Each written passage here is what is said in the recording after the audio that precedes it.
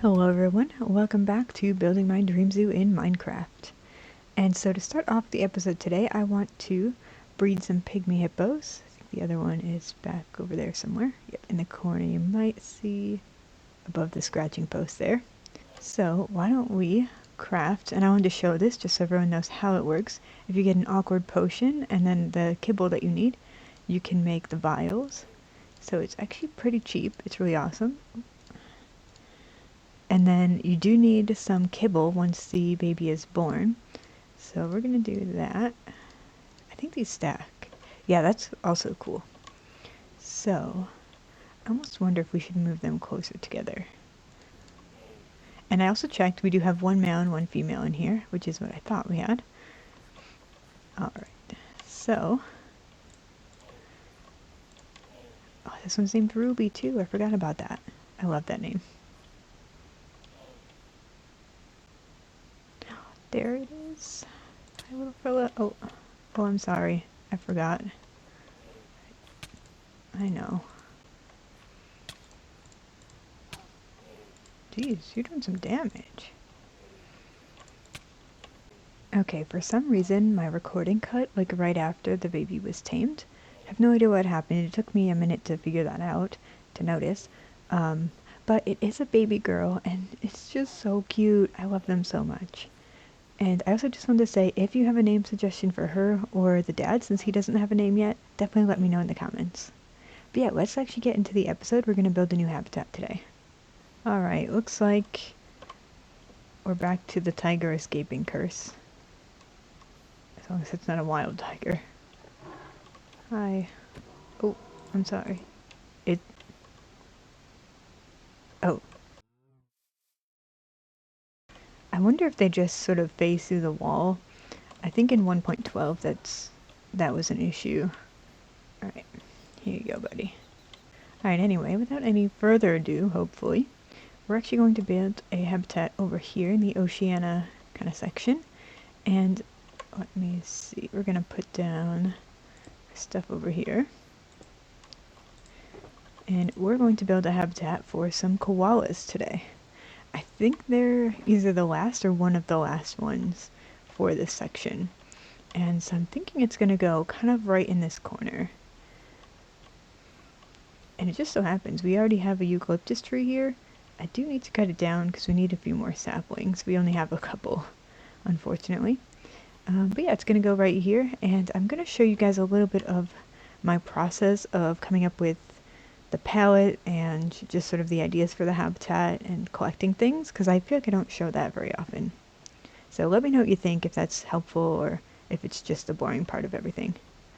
But for starters, what I tend to do is I just look through our storage remote here and I just sort of see what looks like it might go with the vibe after I Google some habitats for that specific animal. And so I just sort of grab what I think I might want.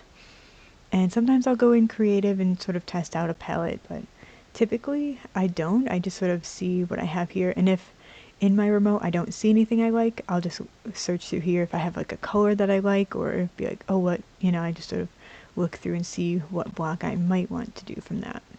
And for the koalas, I actually think that they would benefit from having a similar vibe to our kangaroo habitat. So that's why a lot of the blocks are similar there and the same, because they kind of live in similar habitats, but I want to make them different by having mostly eucalyptus trees, and I want to make like a scaffoldy kind of climbing area for them. So that's something that I want to figure out how I actually want to design that, how I want that to look. So that's going to be the biggest struggle for this habitat coming up. And then typically what I do is I have a second shulker box, and that one's going to be for all the vegetation kind of ideas that I have. And so I have a separate storage remote specifically for this stuff, and that way it's easier just to find out or to see what I might want to add. So, and then I just sort of take like a few and I'm like, well, maybe I'll use all of these, maybe I'll just use a couple. So that's kind of what I tend to do. I look through and see what might look the best with the vibe that I'm going for. Oh, see these are called thorns, and I'm like, oh, maybe these might hurt. So sometimes what I do is I just test it and be like, do I take damage from this? And I don't. I think I put, yeah. I usually put the shears in the other one, but I didn't this time. So we'll do something like, we start putting these in here. And that's kind of all I do for that kind of thing. And then as I go, I can just add, if I get most of the way done with the habitat and I'm like, oh, it's missing something. And so I just look through and see what I might add that goes with what I have so far. So NVIDIA changed my mic to the echoey one built into my computer, so we get a voiceover here. And in this clip, I was explaining that I wanted to use the frame blocks to build some kind of climbing things for the koalas. And then I created this simple starting palette, which was eucalyptus planks and strip jungle logs. And then once I have some blocks picked out and a general spot for the habitat, I'll create a border for it. And I usually use cobblestone for this. And I'll try to give it an interesting shape rather than just a flat box. And the one in this clip is actually just a sample because I wasn't actually sure how I wanted the outline to be yet. So I was just trying to show you guys my process there. And so for this one bit of the clip, I'm going to leave the original audio, so I apologize about the echo and the clicking. I'm about to fill this in, and I just want to make it very clear to everyone that this is going to be Etho approved. I'm not going to leave just a random hole under the ground. We're filling it in, so nobody has to panic. And then one more thing before we hop into the time lapse. I don't usually show my creative world very often, but I do use it for most episodes. And so this was the original idea I had for the okapi habitat, for example. But typically I'll use this for small block combo testing, or like I do here, I'm checking for the enrichment the animals need or what kind of kibble that they like. And then this is kind of funny. This clip would have been really good. I had an idea to do the editing for it because I didn't notice something pretty important that you can see right here. So, with that bit of foreshadowing out of the way, let's talk about koalas while I build the habitat. Most of you are probably at least a little familiar with koalas, which, like many mammals in Australia, are marsupials, but I tried to find some of the more interesting and potentially less known facts about them. Their diet consists mostly of eucalyptus leaves, which is commonly known, but it means that their habitat is dependent on where those trees grow. And while these leaves have low nutritional value, they also don't have a lot of competition because most animals cannot eat the toxic compounds in them. And due to the low energy diet, koalas are relatively sedentary and they sleep up to 20 hours per day, being active mostly at night. There are also over 600 species of eucalyptus, but koalas prefer to only eat from around 30 of them. They look for the species with higher protein, but less fiber and lignin, which makes up the support structures of plants. And they get most of their water through the leaves that they eat, and they don't need to drink water very often. Now, koala ancestors actually used to have a more varied diet when Australia had a larger rainforest environment. However, the continent began to dry out and the koalas had to evolve. And today, the closest living relative is the wombat, which I found interesting in itself, but I also don't ever think I've seen a Minecraft mod with wombats before. There might be one, I just haven't seen it, but I feel like that would be a pretty cool one to see. And then another one of the interesting things that I found is that the fur on koalas' backs is thicker and more insulating than the rest of their fur, and that makes that fur more resistant to rain and wind. But then on the other hand, their lighter belly fur is able to reflect solar radiation. So while I do like to focus on the positive facts as much as possible, there are a few unfortunate things that I wanted to bring up. So for example, I always like to point out which animals are smarter than we might expect, but with koalas, they genetically have smaller and smoother brains than the average mammal of their similar size. And this is believed to be at least in part because of their low nutrition diet, and it doesn't sustain the energy that would be required for a larger brain. And this means that they're not capable of some more complex behaviors, such as being able to eat plucked leaves placed on a flat surface. But I also think that this highlights the fact that evolution is not always a quote-unquote improvement, at least in the sense that we tend to think of it. And so these changes allow the species to continue, which is the only thing that really matters to evolution. And koalas actually share a really sad fact with elephants that I mentioned before. And so as they age, their chewing teeth will wear down, and eventually the cusps they use to actually break down the leaves will disappear, and it makes it so that they're not able to eat anymore, and eventually they will starve to death, and it just breaks my heart to think about. Now, I do have a partially positive fact that they are only considered to be vulnerable, and they don't really have many natural predators or parasites.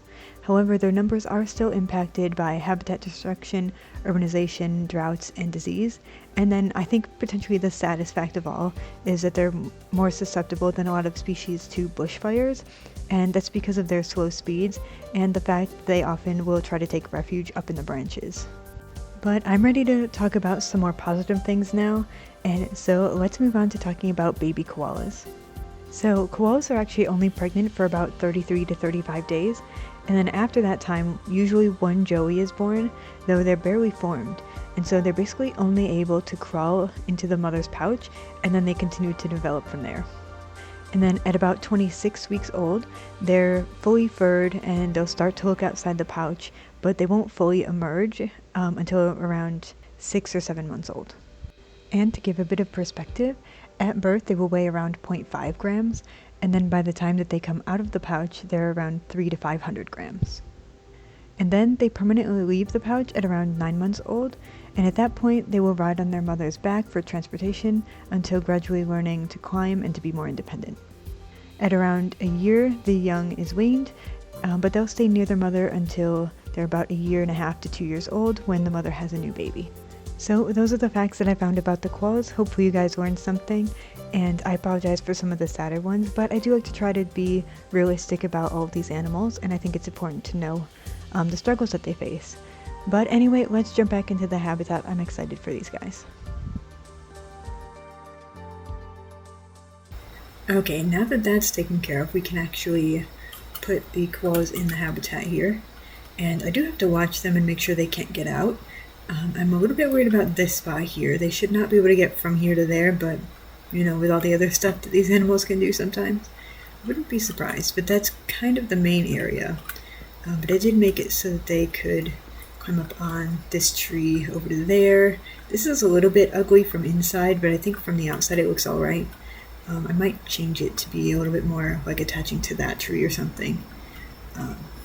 But anyway, for now I think it's going to work. And I like how this is turning out. I think it looks kind of cool with some of those in the background and stuff.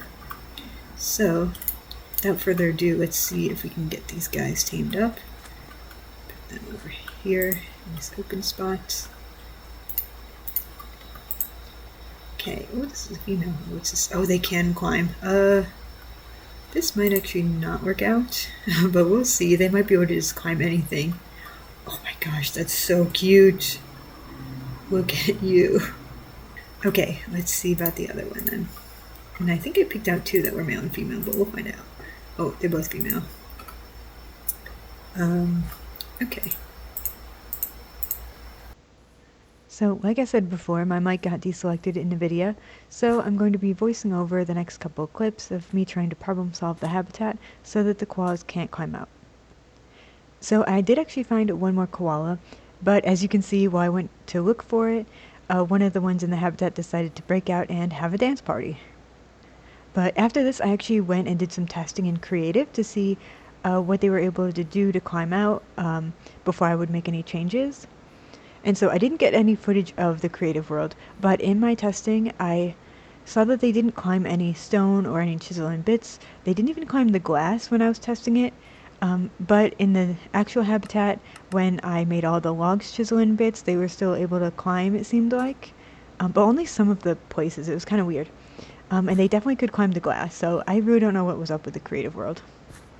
And getting back to my mic situation just for a second, despite how annoying that was, because I didn't change the settings at all, but I initially thought that I had a much bigger problem, and that's because I recently moved to a new place, and so my setup here is a bit bigger than it was before, and it's a bit more open, so I really thought that it was just going to be echoey from now on, and so I'm super thankful that it was that mic issue and not just the space. But if my audio does sound a little bit different right now than it used to, I might need to do some tweaking and figuring stuff out if it is sounding worse than it did before, so I do apologize if that's the case. And speaking of my move, that's one of the major reasons why I haven't made a video in a bit. So not only did I have a lot going on with finding the place and packing, unpacking, all the usual stuff, I've also been dealing with some long-term health stuff that's made things more difficult for me. And so it's been nothing like major, and I don't actually have any diagnosis or anything right now. But I am lucky that it's technically kind of minor stuff, but it just makes life a little bit more difficult. But there's also the fact that my cat and her arthritis has seemed to be getting a little bit worse, or at least it was aggravated from the move. So the new place I have is actually, it's got a bigger open space, and she seems to really love it, and it makes me so happy. But I think she overdid it when she started to play more here, once she got settled in.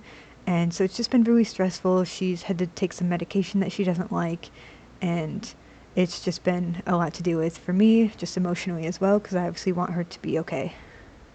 But to get back to the koalas now, I did want to rant about something real quick. This is the first video I've done where looking for the images was really difficult because of the amount of AI in the results. So the ones that I did use, I took from zoos and other places that should be a reliable source, but it definitely made me worry that if I didn't look too closely enough or something that I would accidentally use one. But so many of them just looked so fake and almost like an uncanny valley, like stuffed animal. It's kind of weird. I don't know why there were so many koalas specifically. Anyway, I still need to make changes to this habitat because they could still climb out. I tried so many things. I tried to make it so that there was a lip over the glass, which did help, but they still seem to climb out some of the chisel and bits and everything. And at this point, I'm really not sure what to do. I would love any suggestions if there's anything you can think of that might work. And I did consider moving the habitat possibly next to the kangaroos, where it might be easier to make a fully enclosed, like covered habitat. But I'd really prefer not to do that since, one, I already built this habitat, and two, the eucalyptus trees are just so tall that I feel like it would be so difficult to enclose it in unless I don't have the tops of the trees in there, which I think defeats the point of having the koalas, since those are the trees they like. But the good news is the third koala that I found was a male. So once the habitat is done, we can have a pair and hopefully a baby at some point. But with that said, this episode has taken me forever. I apologize for that. But between the tech issues, the habitat mess up stuff, I just want to finish this video. So, as always, thank you guys so much for watching, and I will see you in the next one. Bye, everyone.